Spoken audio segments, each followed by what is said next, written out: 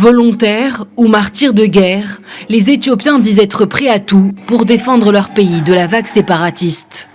Ils sont de plus en plus nombreux à rejoindre les troupes de l'armée fédérale du pays pour empêcher les groupes rebelles du TPLF de s'emparer d'Addis Abeba. À la tête de la contre-offensive, le Premier ministre Abiy Ahmed.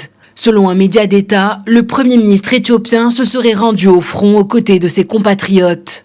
Mais difficile de confirmer la présence du lauréat du prix Nobel de la paix 2019 sur le terrain, car aucune image de lui n'a été diffusée par les médias locaux.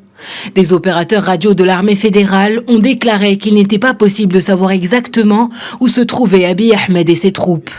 L'escalade militaire qu'a connue l'Éthiopie ces derniers jours menace toute initiative de règlement diplomatique de la crise. En visite en Colombie, le secrétaire général de l'ONU, Antonio Guterres, a exhorté les parties impliquées dans ce conflit à trouver la voie menant vers un cessez-le-feu immédiat.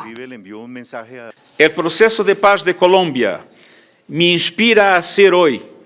Le processus de paix en Colombie m'inspire aujourd'hui à lancer un appel urgent aux protagonistes du conflit en Éthiopie pour un cessez-le-feu inconditionnel et immédiat pour sauver le pays et permettre le dialogue entre les Éthiopiens, mais également pour résoudre la crise et permettre à ce pays de contribuer à la stabilité dans la région. Je souhaite que la Colombie soit un exemple à suivre pour les dirigeants éthiopiens.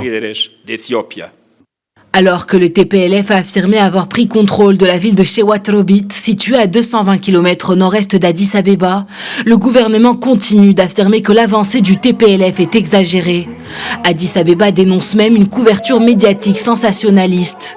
Sur place, les déplacements de population de grande ampleur dans l'ouest du Tigré ont été annoncés par l'ONU. En raison du conflit, des centaines de milliers de personnes souffrent de famine. Des milliers d'autres sont décédées et plus de 2 millions ont été contraintes de fuir leur domicile.